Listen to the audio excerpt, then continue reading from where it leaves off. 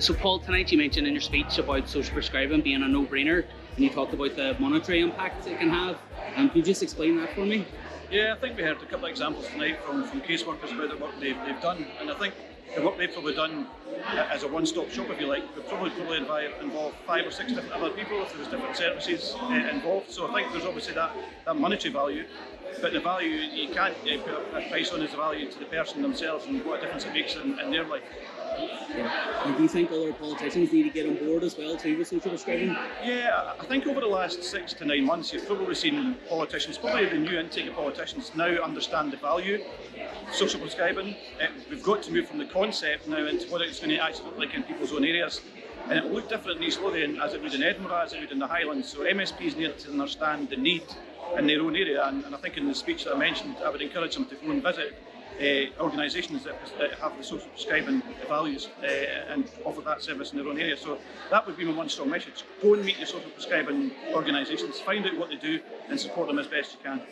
Yeah. I'm inspired by the passion for this and continuing passion for this. So I'm delighted the events went really well tonight. I've continued to work with them. I'm really keen to see what the next step is, and I think the next step could be getting a select number of people around the table to say how do we take this forward. So for me, as I said at the start of it, it's a complete no-brainer. An absolute pleasure to welcome all of these social prescribers who do such amazing work, the length and breadth of Scotland, to their Parliament. Oh my goodness, we recognise the difference that you make to people. And do you think does social prescribing have a future in Scotland? Absolutely, I think it's here to stay, and I spoke in my address about the inequalities that the pandemic has shone a light on and has made worse, and undoubtedly this army of passionate social prescribers will be helpful in tackling that. Catherine, you mentioned in your speech tonight you had a case study of someone who's been through social prescribing. I always think it's the people on the front line who are doing the actual social prescribing that sees the benefits mostly for people who are involved. What's your thoughts on that? What do you think needs to happen now with social prescribing? I think very often social prescribing is confused.